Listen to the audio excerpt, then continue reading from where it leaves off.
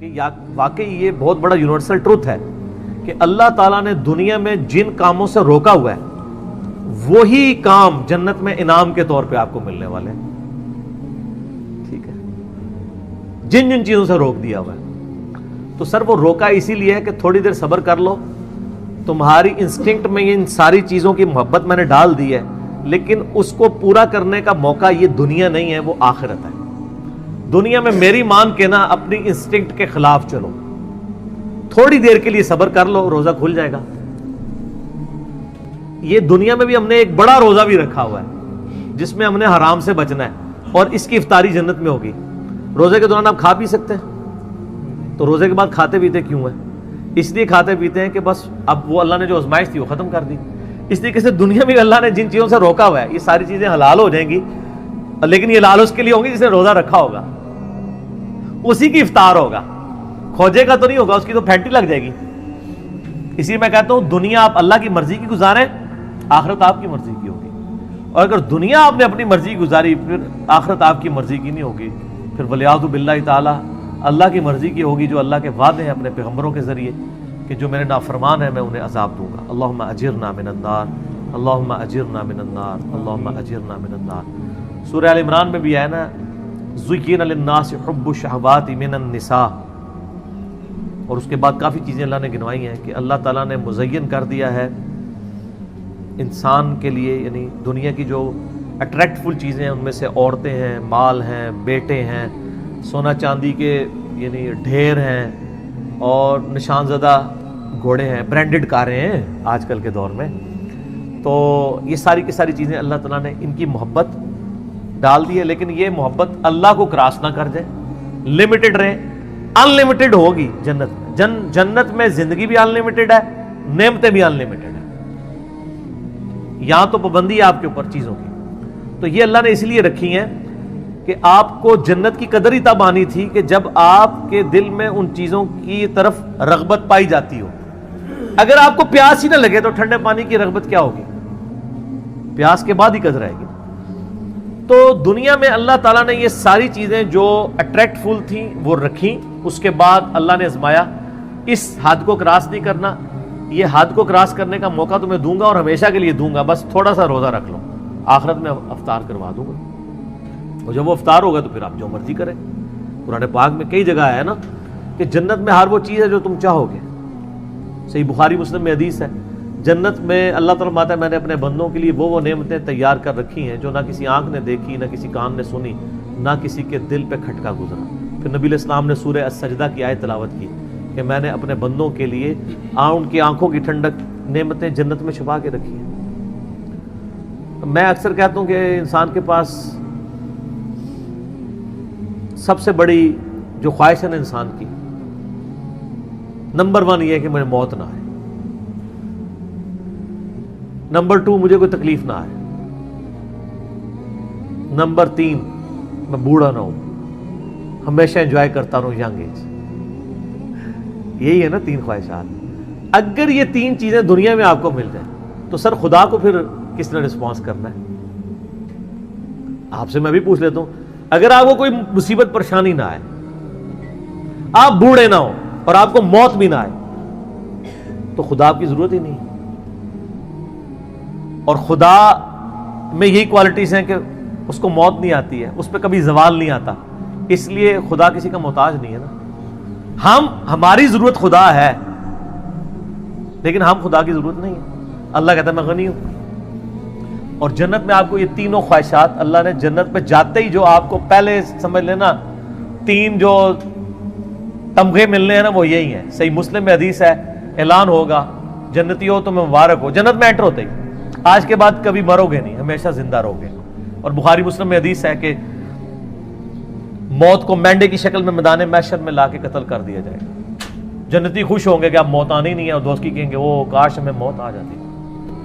دوسری خوشخبری ملے گی, صحیح مسلم میں حدیث میں الفاظ ہے, آج کے بعد کبھی بوڑھے نہیں ہو گئے, ہمیشہ جوان رہو گے. تیسری خوشخبری ملے گی, آج کے بعد کبھی تم بیمار نہیں پڑو گے, ہمیشہ تندرست رہو گے. 30 سال عمر ہوگی ہر جنتی کی اور 30 ہی رہے گی. اور چوتھی خوشخبری اتنی بڑی ہے کہ آج کے بعد اللہ تم سے ناراض نہیں ہوگا, ہمیشہ ہی راضی رہے گا.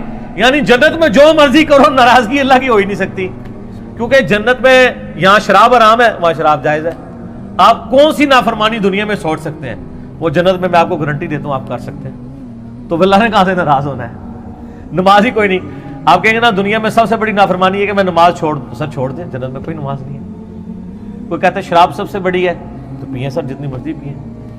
کوئی کہتا ہے عورت کی طرف رغبت ہے تو سر جتنی مرضی عورتیں. ٹھیک ہو گیا، لیکن یہ روزہ ادھر رکھنا پڑے گا.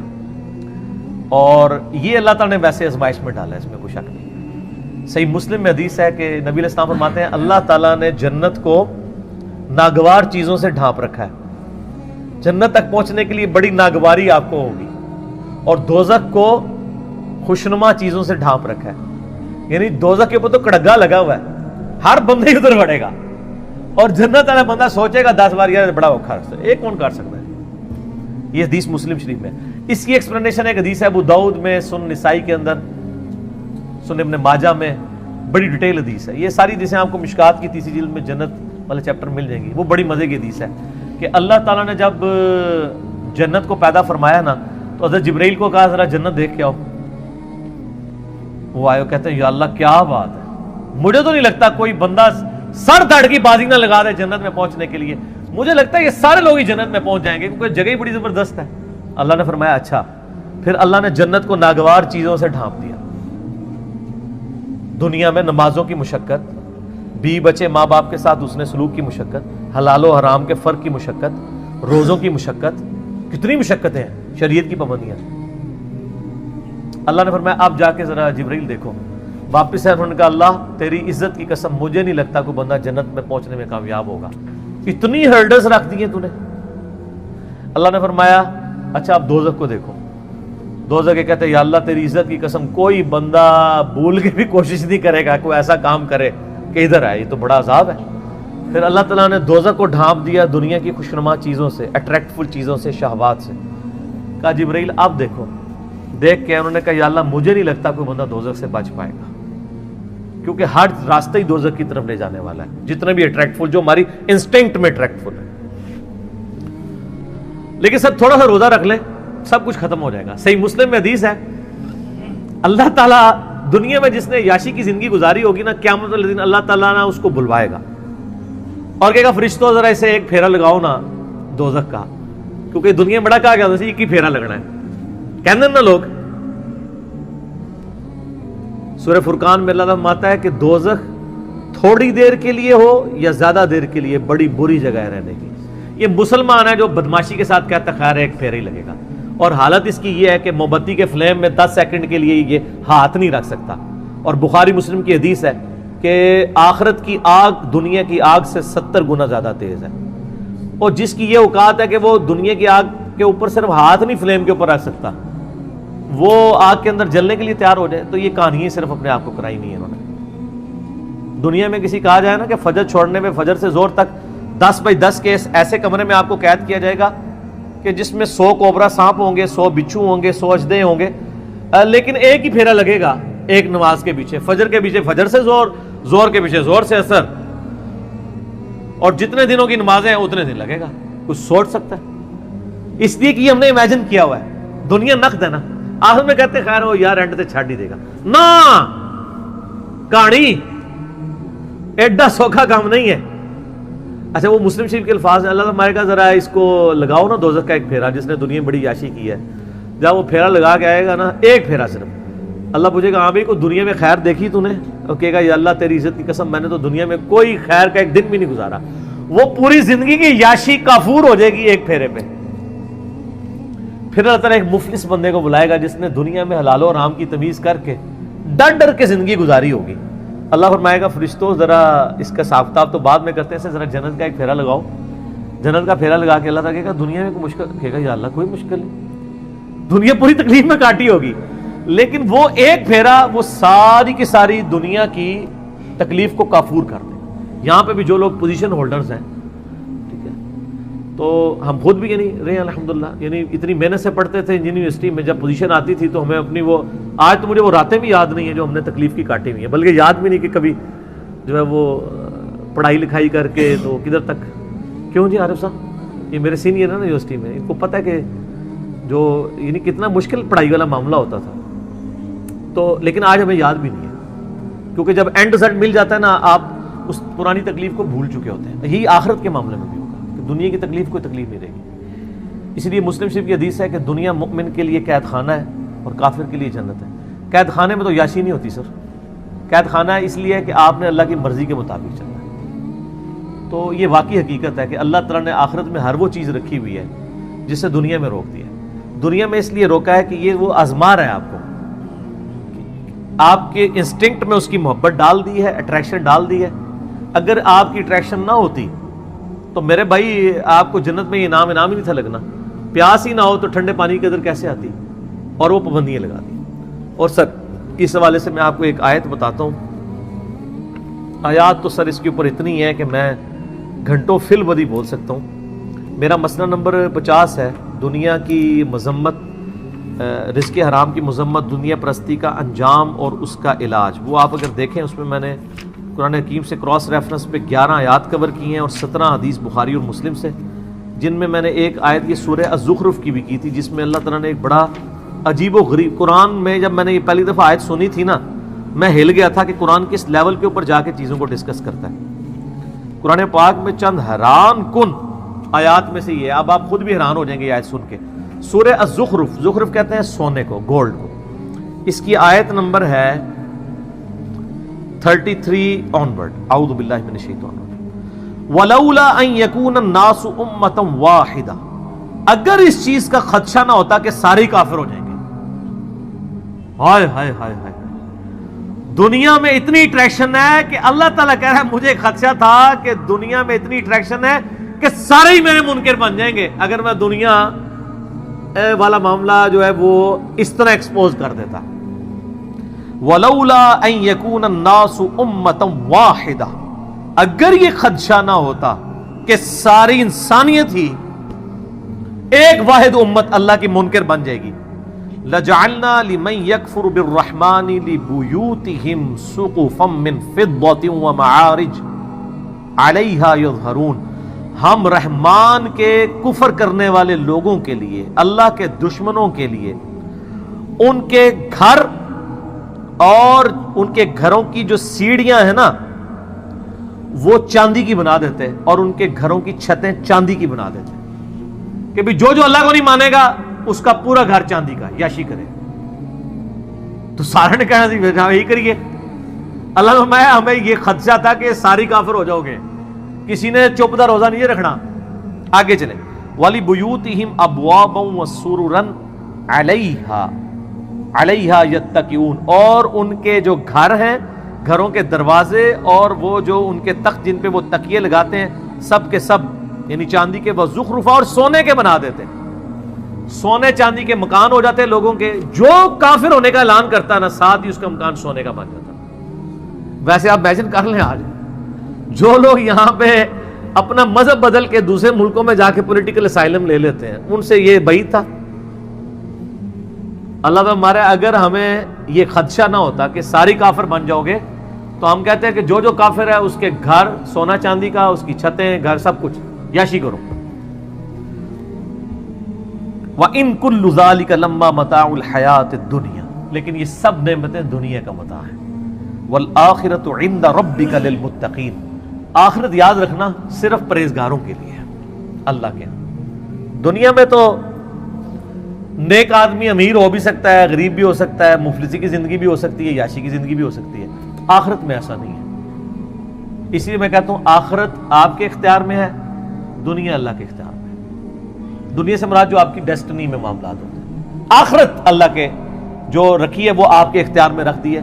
آپ آخرت کامیاب کروا سکتے ہیں. دنیا میں کوئی کتنی محنت کر لے الٹیمیٹلی ناکام تو ہو سکتا ہے نا وہ, لیکن دنیا میں آپ اللہ کے لیے محنت کر لیں, میں آپ کو گارنٹی دے دوں کوئی ناکامی نہیں ہے. اللہ تعالیٰ نے قرآن پاک میں کئی جگہ فرمایا کہ اللہ تعالیٰ وعدہ خلافی نہیں فرمائے گا. مومنین کے ساتھ جو اللہ تعالیٰ نے وعدے کیے ہیں وہ وعدے پورے کرے گا. اللہ تعالیٰ پیغمبروں کو, ان کے ماننے والوں کو قیامت دن رسوا نہیں ہونے دے گا. تو سر آخرت آپ کے ہاتھ میں ہے, بنائیں, مایوس نہ ہو. مایوسی سے جو چیز آپ کو چھڑواتی ہے وہ اللہ کا تصور ہے. دنیا میں کوئی ناکام بھی ہو جائے, فٹ پاتھ پہ لاوارث لاش اس کی پڑی ہو، کوئی دفنانے والا نہ ہو، کوئی فرق نہیں پڑتا. اگر اس نے اللہ کے لیے زندگی گزاری ہے تو وہ جنت میں پہنچ چکا. اور دنیا میں کسی کے لیے بہت مہنگا مقبرہ بنا دیا جائے، اس میں ایئر کنڈیشن بھی کوئی لگوا دے، اس کے لاش میں تعفن ہونے سے نہیں اس کو روک سکتا. لاش بھی کوئی تعفن ہونے سے روک بھی لے، اس پہ جو عذاب جو آپ کو نظر نہیں آ رہا وہ کوئی ٹال نہیں سکتا. ٹھیک ہو گیا؟ تو آخرت آپ اپنی مرضی کی کر سکتے ہیں اگر دنیا آپ اللہ کی مرضی کی گزاریں. لیکن اگر آپ نے دنیا اپنی مرضی کی گزاری سر پھر والعیاذ باللہ تعالی اتنا سخت معاملہ ہونے والا ہے. میں اس پہ آپ کو ریکمینڈ کروں گا، میرا ایک لیکچر ہے مسئلہ نمبر 196، میری زندگی کا اہم ترین لیکچرز میں سے. کاش میں دنیا میں واپس جا سکتا. ایک دفعہ وہ لیکچر دیکھ لیجئے گا. قرآن پاک کی کئی آیات میں نے اس میں کراس ریفرنس کے طور پہ کور کی. کاش میں دنیا میں واپس جا سکتا. یہ قرآن کی آیات ہے کہ دوست کی جب دوزخ میں پہنچے گا نا تو کہے گا کاش ایک موقع مجھے مل جائے کہ میں دنیا میں واپس جا جاؤں. زندگی ایسا خطرناک جوا ہے کہ اس سے بڑا خطرناک جوا کوئی نہیں ہے. دنیا میں آپ کو جوا ہار بھی جائیں، یعنی میں اس دوسرے معنوں میں کہہ رہا ہوں جائز نہیں ہے، تو جیتنے کے پھر بھی چانسز ہیں. زندگی کی بازی جو ہار گیا نا وہ ادھر تو نہ سپلی ہے نہ آپ دوبارہ پیپر دے سکتے ہیں. جو جیت گیا وہ جیت گیا، جو ہار گیا وہ ہار گیا. اس لیے کہا گیا قرآن پاک میں یوم التغابن، جیت اور ہار کے فیصلے کا دن ہے قیامت کا دن. ٹھیک ہے؟ بہت سیریس معاملہ ہے، بہت زیادہ سیریس ہونے کی ضرورت ہے اور اس کو اپنے دماغ پہ سوار کرنے کی ضرورت ہے. میں آپ سے سوال کرتا ہوں کہ 1 ارب روپیہ کسی کے پاس ہو اور اسے کہا جائے کہ 1 روپیہ اس میں سے مجھے دے دو، باقی تم رکھ لو، وہ فائدے میں ہے یا وہ شخص جو کہ میں نے 1 روپے کی حفاظت کرنی ہے چاہے ارب روپیہ باقی مجھ سے جاتا رہے، وہ عقل مند ہے؟ تو سر دنیا کی زندگی تو 1 روپیہ بھی نہیں ہے اربوں سال کی زندگی کے مقابلے پہ. یہ 1 سال بھی نہیں بنتا، اور یہ تو قیامت کے مقابلے میں 3.5 منٹ کی زندگی ہے. قیامت کا دن 50,000 سال کا دن ہے، اور اگر ایوریج لائف آپ کی 60 سال بھی لگائی جائے، 60 سال کا کمپیریزن قیامت کے دن کے ساتھ 3.5 منٹ بنتا ہے. اور صحیح مسلم کی حدیث ہے کہ نبی علیہ السلام نے فرمایا کہ آخرت اور دنیا کی مثال اس طرح ہے کہ تم میں سے کوئی شخص سمندر میں انگلی ڈبوئے، اس کے ساتھ جو پانی لگے وہ دنیا کی زندگی ہے اور آخرت انفینٹ لائف. یہ میری باتیں ان لوگوں کو زیادہ سمجھ آ رہی ہوں گی جن کی داڑھیاں سفید ہو چکی ہوئی ہیں. تھوڑی بہت تو میری بھی ہو گئی ہے. جو 60 پلس، بخاری مسلم میں حدیث ہے نا کہ اللہ تعالیٰ نے جس کو 60 سال عمر دے دی اس پہ اللہ نے حجت تمام کر دی. اس کا کوئی ایکسکیوز باقی نہیں رہے گا اللہ کے پاس. ویسے تو 40 والے کا بھی نہیں ہے، لیکن 60 والے کا کہ پتر تو گل بھی نہیں کرنی. تھوڑے سا سمجھنے کے لیے، بات پہنچانے کے لیے تو بات سمجھ سکتا تھا. تو لیکن یہاں ہم نے یہ دیکھا ہے جو کوئی بوڑھا ہوتا ہے تو ہی اس کی وہ خواہشات جوان ہوتی ہیں. بخاری مسلم دونوں میں حدیث ہے، نبی علیہ السلام فرمایا کہ ابن آدم کے پاس سونے کی 2 وادیاں ہونا، وہ کہے گا تیسری بھی آ جائے، اس کا پیٹ صرف قبر کی مٹی بھرے گی. کتنے سخت الفاظ ہیں. پھر نبی علیہ السلام کی ایک حدیث بخاری مسلم دونوں میں آپ نے تلاوت کی الہاکم التکاثر حتی زرتم المقابر.